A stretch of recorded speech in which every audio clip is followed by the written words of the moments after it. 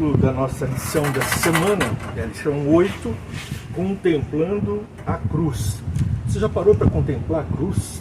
Será que é uma boa? Eu vejo sempre, quando eu era pequeno, eu ia na igreja católica e ficava olhando aquelas cruzes com Cristo crucificado e ficava ali impressionado com aquelas imagens, as fotos nas paredes, normalmente mostrando todo o passeio que foi feito na Via Crucis, né? Todo o sofrimento de Jesus, e aquele silêncio na igreja muitas vezes fazia com que a gente ficasse indo fundo, mergulhando fundo nos pensamentos. Será que ainda é uma boa prática meditarmos nas coisas de Deus, naquele amor tão grande de um ser que se deu por nós, olhando para a cruz? Título da lição de hoje, Olhando para a Cruz. Então agora eu vou ler o verso áureo, que é o verso que dão para poder dar abertura do que a lição fala. O verso está em Lucas capítulo 23, capítulo 23, do versículo 44 até o 46, diz o seguinte: Já era cerca de meio-dia, e a escuridão cobriu toda a terra até às 3 horas da tarde. A luz do sol desapareceu e a cortina do santuário do templo rasgou-se ao meio. Então Jesus clamou em alta voz: Pai, em tuas mãos entrego o meu espírito. Será que a gente tem contemplado a cruz de uma maneira 100% certa? Eu venho aqui a lembrar que na semana passada a gente estudou sobre o julgamento ilegal de Jesus. Mas será que o momento de crucificação, tudo que ele tinha que passar, começou no julgamento? Jesus, ao longo de sua vida, desde o princípio, tudo apontava para o fim, que ele teria que morrer de alguma forma para poder lavar nossos pecados. A cruz foi o jeito que se achou no meio, que se foi posto para que ele faça. A cruz era um tipo de julgamento mais desumano da época. Era um julgamento que durava, a crucificação era um tipo de morte que durava horas. A pessoa ficava horas pendurado e ficava lá e chegava um ponto que tinha que quebrar as pernas da pessoa para que a pessoa morresse por falta de ar, porque se deixasse a pessoa ia ficar um tempão lá. Cristo passou por um tipo de diferença quando se trata de crucificação. Normalmente a pessoa era julgada, depois ela ia até o local e era crucificada. Cristo não. Cristo, além de ser julgado de maneira injusta, como a gente já falou semana passada, ele foi do caminho todo sendo chicoteado, sendo cuspido, sendo xingado, e foi uma coisa muito pior. E também, o Espírito de Profecia nos orienta sobre qual que eram os estados de Jesus. E também muitas pessoas hoje que são estudiosos, como da medicina, por exemplo, comprovam o que o Espírito de Profecia fala. Tu sabia, seu Luiz, que Jesus estava num estado de cansaço e de estresse tão grande que o corpo dele estava mais sensível ao sentir dor de uma maneira mais fácil? A gente já sente dor ao natural. Agora, quando está num estado alto de estresse, o que acontece é que teu corpo fica mais receptivo a sentir isso, por conta do estado emocional que está no momento.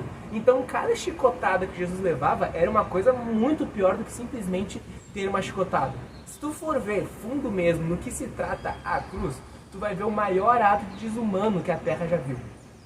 Jesus, quando estava lá em cima, falou: eu tenho sede. E nisso, um dos oficiais pegou um caniço de esopo, anexou numa esponja, passou no vinagre e deu na boca de Jesus esse vinagre. O que isso significa? Antigamente, os banheiros da época não tinham papel higiênico. Como é que as pessoas se limpavam? Um caniço de esopo que anexavam numa esponja e se limpavam com vinagre. Esse era o tipo da maldade que Jesus passou. Jesus, em seus piores momentos, poderia ter feito um monte de coisa, poderia ter sido um exército de anjos. Mas o amor dele era tão grande, e ele era uma pessoa tão mansa, que ele, mesmo com estresse, mesmo suando sangue, mesmo com toda a dor do mundo e com mesmo toda a humilhação pública do mundo, ele aceitou passar isso sem falar uma única palavra. Você está horrorizado com essa história? Está achando pesada? Está sendo assim muito drástica, teatral? Imagina os anjos que serviam a esse Jesus, Deus, com toda a santidade, com toda aquela coisa de veneração, sabendo que Ele é o Criador de todas as coisas, o príncipe de todo o universo. Esses seres estavam pasmos, os habitantes dos outros mundos, com a capacidade humana de ver, contemplar o mal, de fazer o mal. Na minha vida profissional, uma vez fui chamado porque um senhor estava querendo matar a sua esposa. E chegando lá, ele já estava então acalmando um pouco, mas ele então se voltou contra a sogra. Agora ele queria matar a sogra. E no seu olhar havia algo de demoníaco. Os olhos e o olhar dele não eram normais. Ele chegava bem perto de mim, fitando nos olhos, e parecia que ele queria destruir. Eu estava olhando diretamente para a figura do demônio, eu tenho certeza. Mas acalmou a situação, fui embora. Poucas horas depois, ele realmente matou a esposa. O sangue, a sede pelo sangue que o mal tem é enorme. E a sede que Satanás tem do sangue de Jesus e do seu é muito grande. Então, nessa transfusão de sangue, onde Jesus perdoa os nossos pecados através do sangue dele, você tem que fazer uma opção. Ou você aceita o sangue de Jesus vertendo na cruz por você, ou é o seu sangue que Satanás vai requerer. Porque nós todos pecamos, e por isso eu repito sempre, o salário do pecado é a morte. E se todos pecamos, todos morremos. A morte mais cruel foi do maior pecador de todos. E quem é esse maior pecador de todos, senão o próprio Jesus? Eu estou dizendo que Jesus Cristo foi o maior pecador de todos os tempos nesse planeta. Será isso possível? Eu explico. Ele, santo, nunca havia ele mesmo pecado, mas assumiu os meus pecados.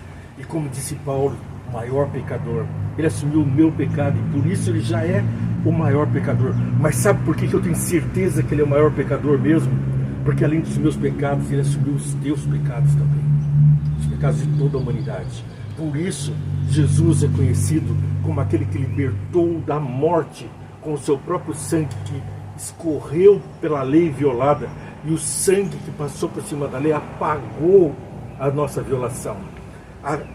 O papel do nosso julgamento, a carta do nosso julgamento, estava ali escrito todos os meus pecados, mas o sangue que correu da cruz passou por cima daquela escrita e ninguém mais consegue enxergar. Você já viu um papel onde tinha alguma coisa escrita que foi manchado com sangue?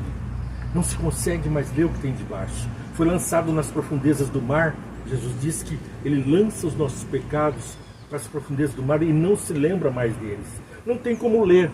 Satanás vai tentar ler os teus pecados diante do universo e falar, olha aqui esse pecador.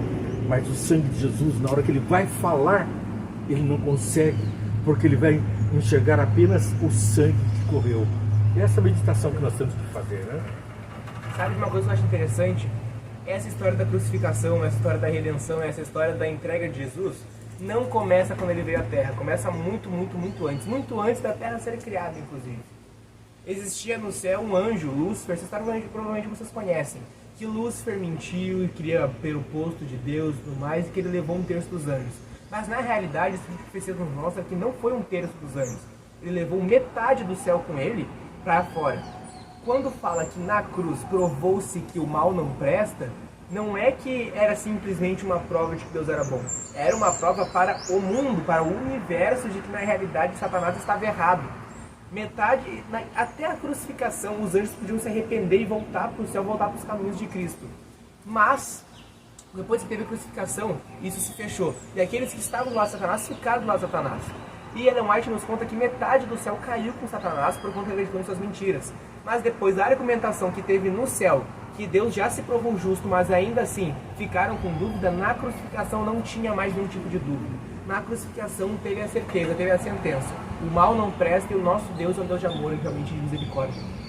Outra coisa também que eu acho interessante é que hoje a gente pode pedir perdão pelos nossos pecados e a gente pode buscar melhorar simplesmente através da nossa oração. Mas há um tempo atrás não era assim que funcionava. Há um tempo atrás, lá pela época de Moisés, começou isso, de que teve um santuário na terra. O que era esse santuário? Tem um santuário no céu. E Deus queria estar mais perto do seu povo. Então o que ele falou? Faça um santuário dessa maneira, dessa maneira, dessa maneira, e disse tudo o que precisava ter. Igualzinho do céu. Igualzinho do céu, com o pátio, o lugar santo, que não eram todos que entraram, e o Santíssimo, que daí menos pessoas ainda entraram no lugar santo. E o que acontecia era o seguinte, tinha uma bacia onde era sacrificado um cordeiro. Nessa bacia ficava o sangue do cordeiro. O sumo sacerdote pegava essa bacia com sangue, levava ao lugar santíssimo e aspergia esse sangue num véu. Ali o pecado da multidão era perdoado. Antes disso não era perdoado. Quando fala aqui no verso áureo que o véu do santuário se rasgou ao meio das sinagogas e tudo mais, não era simplesmente porque teve um grande terremoto, era por causa que não tinha mais a separação entre o homem. A separação que tinha entre nós, entre o véu e Deus, não existe mais. O sangue de Cristo costurou a gente de volta para o Criador. E a gente pode estar 100% perto de Deus novamente. Não é mais necessário que a gente faça sacrifícios e holocaustos a Deus, porque hoje o nosso perdão, a nossa oração já vale por conta do amor de Jesus Cristo. O seu sangue pode fazer que a gente não seja mais separado de Cristo. Agora a gente está junto de novo, esperando até o dia que Ele volte e que a gente possa subir. Veja que interessante. Lá no céu, eles não punham o cordeirinho para morrer, porque o cordeiro que veio dos céus é o próprio Jesus. Então não havia sacrifício de cordeiro no santuário celeste, mas no terrestre sim, porque nós tínhamos a esperança da salvação. O cordeirinho representava Jesus que viria. Quando ele veio, não havia mais necessidade de representação de um cordeiro para apontar para a vinda de Jesus. Por quê? Porque ele já veio. Agora, o que tem de bem interessante também, quando Jesus morre, imediatamente o véu se rasga de cima para baixo, como ele disse. E quando se rasga de cima para baixo, fica exposto o quê? A Arca da Aliança, o Shekinah, a presença de Deus. Não precisamos mais de um intercessor, um sacerdote que vá apresentar o cordeirinho. Porque agora o nosso sacerdote, o nosso sumo sacerdote, é também o nosso advogado. Ele rasgou o véu e nós podemos ir diretamente ao Pai em nome de Jesus e pedir a Ele as coisas que precisamos. Ele conhece daquilo que precisamos, mas com certeza a comunhão, conversar, expor as nossas necessidades, agora não precisa mais de nenhum intercessor, nem de santos, nem de padres, nem de pastores, nem de pessoas que você julgue sejam mais santas do que você. Você, por mais pecador que seja, vai pegar como ladrão na cruz e dizer: lembra-te de mim quando entrares no teu reino. E o acesso é imediato para você. E você está falando diretamente com Deus, porque o véu que separava os pecadores de Deus não existe mais. No livro O Libertador, na página 430, tem um trecho aqui na lição que fala um pouco sobre o nosso Senhor. Vamos ler então, presta atenção. O Salvador não se queixava, mas grossas gotas de suor brotavam de sua fronte. Não houve nenhuma mão piedosa para enxugar o orvalho de morte do seu rosto, nenhuma palavra de simpatia e lealdade para animar o seu humano coração. Enquanto os soldados faziam terrível obra, Jesus orava: Pai, perdoa-lhes, pois eles não sabem o que fazem. Vou retomar algo que eu já falei antes. O amor de Cristo era tão grande e sua mansidão era tão grande que até mesmo no momento onde as pessoas estavam contra ele, ele pediu para Deus: perdoa porque não sabe o que fazem. Jesus estava num momento muito forte de dor, muito forte de sofrimento, muito forte também de estresse, mas ainda assim em nenhum momento ele se queixou. Mas será que ele podia desistir dessa missão dele? Com certeza. Porque uma coisa que eu sempre me perguntei é: se Satanás sabia que ele ia perder, sabia que isso ia ocorrer, e sabia que Jesus estava lá para salvar, por que então que ele fez algo tão grande? Muito simples. Satanás via Jesus com estresse, ele sabia claramente qual era o semblante de Jesus, visto que ele acompanhava Jesus desde o momento que Jesus chegou. No Getsemane, inclusive, ele com certeza viu Jesus chorando, Jesus pedindo para que, se possível, tirar o cálice, para que, quando veio Elias também, quando veio Moisés conversar com ele sabia qual era o estado emocional de Jesus. Então ele pensou: se eu forçar, se eu ir e começar a fazer um grande de uma coisa, começar a fazer uma grande de uma ameaça, uma grande de uma exposição, bater, xingar, fazer a pior das mortes, ele vai desistir. Satanás tinha fé disso. Mas quando aconteceu, Jesus disse: está consumado, o céu se fechou e o véu se rasgou, ali não tinha mais. Ali Satanás viu tudo que ele construiu cair por terra e que era só questão de tempo para que viesse o dia que Satanás não estaria mais nesse mundo. E hoje a missão dele não é mais atrapalhar Jesus, porque não tem mais o que atrapalhar. Já está mantido já, o mal não presta, Jesus venceu e que nós iremos para o céu. Hoje a missão de Satanás é tirarmos nós do caminho de Cristo, fazer a gente se esquecer do que a cruz fez por nós, o que Jesus fez por nós na cruz, na real. O que a cruz simboliza para você? Será que a cruz é mais uma coisa que você pendura em sua parede e deixa lá, ou uma coisa que você medita todos os dias? Qual é a meditação que você tem hoje vendo a lição que eu já estou nessa semana? É importante a gente fazer essas reflexões, e quando a gente começa a pensar sobre essas coisas, a gente começa a pensar no Cristo Salvador, aquele Cristo que, para ser nosso Salvador, passou por todas as dores que eu precisava passar, que era o meu castigo, ele tomou sobre ele.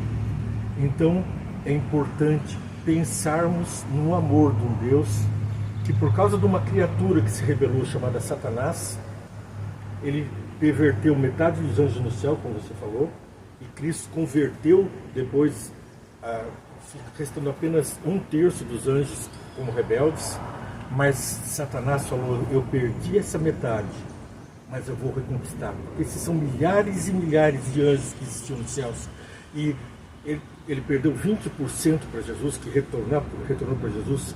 Agora esses 20% estão aqui na terra, ele quer esses 20%. E se Deus, para o nosso consolo, perdeu 30% dos anjos para o mal, Satanás engludou 30% dos anjos, e hoje eles são os diabos que estão aqui na terra, o céu ficou vazio em 30%. E esse lugar no céu é teu, reivindica ele. Pelo sangue de Jesus, esse lugar lá no céu, os 30% do vazio que ficou no céu, é da cidade santa que você pode ocupar. É o teu chamado para você vir, para você curtir, compartilhar essa mensagem também. Fica com a gente, a TVE.dv, vem aqui diretamente do IACS para transmitir a lição Poder Inabalável e fazer as meditações sobre o poder de Jesus. Você gostaria de falar mais alguma coisa para ela? Tem aqui uma fala do autor Clive Lewis, que ele fala o seguinte: não custa nada para Deus, até onde nós sabemos, criar coisas boas, mas transformar as vontades rebeldes custou-lhe sua crucificação. Para Deus criar um mundo cheio de natureza, um mundo sem pecado, um mundo de só havia amor, não custou nada. Mas para criar agora, de novo, um novo lugar, sem maldade, sem culpa, sem pecado, sem perseguição, custou-lhe sua vida. Honre a Deus, até mesmo não que Ele libere, porque a crucificação de Jesus foi por você, por nós, e nós não devemos esquecer dela. Não devemos de maneira alguma se acomodar e se acostumar com a mensagem da cruz. Nós devemos pregá-la para o dia que Jesus voltar, a gente não ficar nessa terra e a gente poder subir e morar com Ele lá no céu. Na casa de meu Pai há muitas moradas, mas faça questão de que uma delas seja sua. Vem cá, vamos orar juntos? Vou orar por nós. Senhor Deus, muito obrigado por todas as bênçãos, pelas maravilhas das tuas obras para a nossa redenção, pelo teu amor, por criaturas que somos pó. O Senhor nos tirou do pó, nos fez do barro. Estamos aqui como um pó caído, um pó que virou poeira, um pó que está incomodando no universo. Mas o Senhor pode fazer novas todas as coisas. Então, tem amigos nossos que estão nos assistindo, que estão passando por tentações, por dificuldades, talvez por doenças, problemas no trabalho, problemas de convivência, problemas com a namorada, com a esposa. Bem, o Senhor conhece todas as coisas e a necessidade de cada um. E agora, Senhor, eu me dedico a pedir, em nome do seu amor, do sangue vertido na cruz, que o Senhor envie o Espírito Santo a nos consolar e também a nos orientar para andarmos no caminho correto, aquele caminho que a sua palavra nos ensina. Que nós estejamos atentos para ouvir a sua palavra, mas não apenas ouvir com ouvidos moucos, mas ouvir como quem quer seguir os seus passos. Vamos ultrapassar o caminho da cruz e chegar nas mansões celestes. Essa é a sua promessa e esse é o nosso anseio. Nós te amamos e pedimos a sua bênção em nome de Jesus. Amém. Amém. Deus te abençoe muito e siga a gente. Amanhã tem mais o Coral do IACS, que vai estar às 7h30 no Campuri, aqui em Gravataí, Rio Grande do Sul. E nós vamos estar transmitindo de lá amanhã à tarde. Pela manhã também teremos transmissões, mas não perca, vai ser sensacional. Um grande abraço para você, né? E estamos juntos. Tudo de bom.